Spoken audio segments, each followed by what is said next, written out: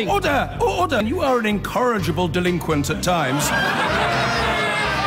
Behave yourself, man!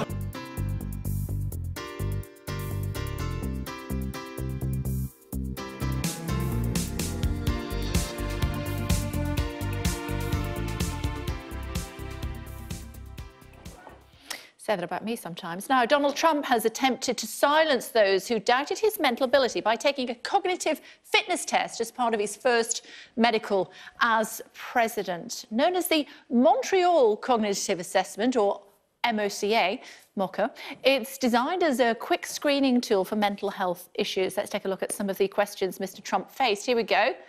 One of the first questions is, could you accurately sketch that cube? I'm guessing yeah. Also asked to remember and then recall these 5 words. Now, even though you can only see half of it at the moment for reasons that I won't bore you with, you can probably guess it, can't you? Face, velvet, church, red, daisy. I'm going to give that to you once more. Face, velvet, church, red, daisy. We're going to be asking you whether you can remember those at the end of the interview. Don't write it down because that's cheating. Face, velvet, church, red, daisy. And could you name these 3 animals? If you were watching the show yesterday, you will definitely know the lion. And then, of course, a rhino, don't get in his way, and a camel. So those were the things that he was asked, the animals that he was asked whether or not he could recognise. Our correspondent Mark Austin joining us from Washington. Not that hard, are they, Mark? No, but look, Trump got 30 out of 30. So what is he supposed to do? That was the test he was given, and he got 30 out of 30. There's been the most extraordinary reaction to this medical, you know. He puts himself up for a medical. He has the cognitive tests. He passes the cognitive tests. Everybody now is having a go at his physical health, saying that the doctor's doctored it, that the doctor has stitched it up, that actually he's not 6'3" and he's not 239 pounds, which, by the way, the doctor said he was, and it puts him just under the obese level. He's actually, you know, shorter than that and heavier than that. And now there are people calling online for him to be publicly weighed. They're saying the doctor has lied about a lot of the physical stuff. I mean, on it goes. It really is the most extraordinary nonsense. Look, the big picture is that for a guy in his 70s, Donald Trump is pretty fit. Yeah, he's overweight. He's got high cholesterol. He takes hair loss tablets. But, I mean, hey, you know, his heart is functioning perfectly well. He's got a very good heart, we're told. He's got very good lungs. He doesn't smoke. He doesn't drink. And the bloke is pretty fit. So I don't really know, to be honest, what all the fuss is about. I mean, heaven knows there's enough to criticise Donald Trump about without criticising him about getting 30 out of 30 in a cognitive test. What about his weight? Do you think he really is 280 pounds, 240 pounds, or whatever he said he was? I mean, seriously, I honestly don't know. Well, I honestly don't know. I mean, look, he may fix his weighing scales like everybody else does. Everybody else wants to be slightly lighter. The reason I ask is because someone's offered $100,000, haven't they, to have him to weigh him properly, in their words. I know, and they want him weighed in public. I mean, and on it goes. You know, it really is astonishing.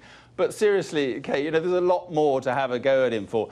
And, you know, on the issue, a serious issue of his mental capacity, he's had this cognitive test, he's passed this cognitive test. Now, that doesn't mean that there are still huge questions about this guy's judgment, his temperament, his character. That all goes to whether he's fit to be President of the United States. I mean, he does some incredible things. He shares conspiracy theories, he tweets live television programs, he makes allegedly racist comments, he insults people virtually on a daily basis. You know, a lot of that behaviour is unbefitting for a president. But I think it's slightly unfair on the guy, and I don't often say that, unfair on the guy to start criticising him for putting himself up for a medical, passing the medical, and then having a go at him. OK, thanks very much indeed. I'm trying to remember those 5 words while we're at it, and now they're on autocue, so I'm not going to look. Don't ask me. I'm not going to ask you. I'm going to say, take them off autocue because that'll be cheating. I'm going to say face, church, vase, cherry, daisy. No, velvet. I was pretty close though. Come on. Face, velvet, church, red, daisy. We'll ask you again a bit later on. Don't write them down because it's cheating. Donald Trump has attempted to silence those who doubted his mental ability by taking a cognitive fitness test as part of his first medical as president.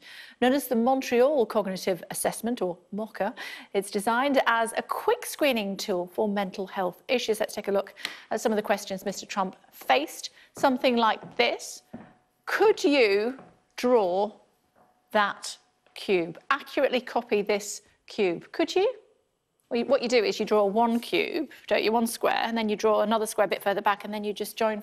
I don't know, maybe it's harder than that, I don't think so. He was also asked to remember and then recall these 5 words. Face, velvet, church, red, daisy. You could make that into a sentence and remember it quite easily, couldn't you? They were tested again in the next 5 minutes, so I'll ask you about those. One more. Oh, see, it's too late now. If you didn't remember it, tough. And so, do you know what to do next? If you begin with 1, and then you go to A, and then it's 2, what do you think might come after 2?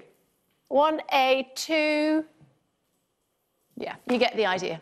And he had to name these 3 animals as well. Not not Lenny, but what is he?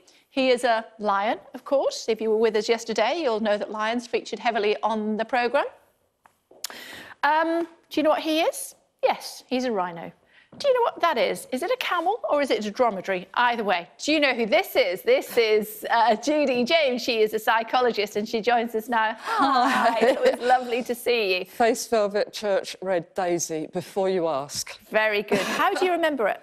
Do you make it into a sentence or how do you just, you just remember it? Fear that does it. Fear. What do we make of the tests? We can all sleep easy in our beds now or not, now that we know that Trump got 30 out of 30%. He did. Oh, amazing. Mm-hmm. It's not definitive. I mean, I'm not a psychiatrist, but these tests are good. They kind of... What are they for? What do they hope to achieve? Well, they judge things like memory, cognitive faculties. I mean, there will be people that with stool, for instance, they might look at that and know it's an animal and know that they should recognise that animal, but not remember what the animal's called. But the problem, if they're checking for things like Alzheimer's, will be that it's such a complex thing to test for, and you very rarely get the answer just from one test. Also, it would affect things like people's moods. It's not just down to forgetfulness, but it's interesting because clearly he was getting a lot of, not exactly criticism, but a lot of finger-pointing, Trump, for the fact that, we've discussed it before, evidently he forgot the words to the national anthem, even the way that he was picking up the glass to drink water. When he made the speech, he was slurring his speech. So people have been... I've called him Gulliver because there's a lot of people bringing him down in quite small ways, and one of them is his cognitive facilities okay? And he is very difficult because, as you know, he's not an intellectual speaker, so when he is making charismatic speaker, though. I mean... He's charismatic, but he's not a man for statistics and points and detail. No. So it'd be very difficult to pick out whether he was remembering things or not. He could mask it quite easily if he wanted to. And we know with his body language, as you know, you've got the famous so three things. amazing. And he's like that with his speech as well, headlines. OK, so let's have a look at some of the other tests, should we? Can we look at them? Whichever one you've got, there you go. So you remember those quite easily, and you said you fear rather than anything else. I would make that into a sentence so that I would be able... If I needed to remember it, I would make it into a sentence so I could remember that later on. You know, you had a face like velvet and you were going to the church to collect red daisies or something like that. Which is how people are supposed to remember names, where you see an image rather than trying to remember somebody's name. I'm not very good on that, so I just remembered it, but I will have forgotten it now, so don't question me. I can see it in your body language. You're plotting, you're plotting. I've forgotten that you're into body language as well. What about this? When he does this, 1A, 2, you know, I'm going to guess at B. So how does that help? Well, again, what you're looking at here would be, for instance, it would be the skills of working out the fact that the 1 goes to... So if you go to 2, you've got to get to B and C, but do it via 3 and 4. So it's sort of complex, not hugely complex, but it's the way that you would think your way around a problem rather than just going in a linear way. You've got to actually work out how to get from one step to the other. That, I'm interested that he could do that one because he tends to be quite linear in his thinking. We've got a problem, that's the solution. But clearly he can work his way around A, B and C. But children could do that, couldn't they? No, not necessarily. Some could and some couldn't. Possibly as adults we get worse rather than better. Children are usually better at these things often than adults. Is that right? Is that right? That's my excuse. It seems pretty straightforward to me. What does it actually prove, these sort of tests, you know, overall? He got 30 out of 30. It means that he is the genius that he said he is. No, not at all. I mean, this wouldn't prove genius. It would prove quite a simple approach to solving. It's simplish skills. If he was really bad on some of them, it might be worrying. Having said that, I was very bad on the numbers test. But I'm not President of the United States. OK, and you could do the cube as well, could you? You could draw the cube. And again, I mean, I used to do art at school, so you can... So there's two squares, one behind the other. There it is. You're making it sound really... See, people at home will be thinking, they'll be doing this and they'll think, I'm actually not as good as Trump. No, you just do two squares and one slightly offset, and then you join the four lines. Are you seeing that as... You're seeing that as flat, though, aren't you? You see, because I did art, I'm seeing it as... No, I'm seeing it as three-dimensional, but you do that by making one slightly higher up than the other one. You see, already we've got different thinking styles. We have, but we're reaching the same conclusion. Yes. We're all geniuses. It's always great to see. Thank you.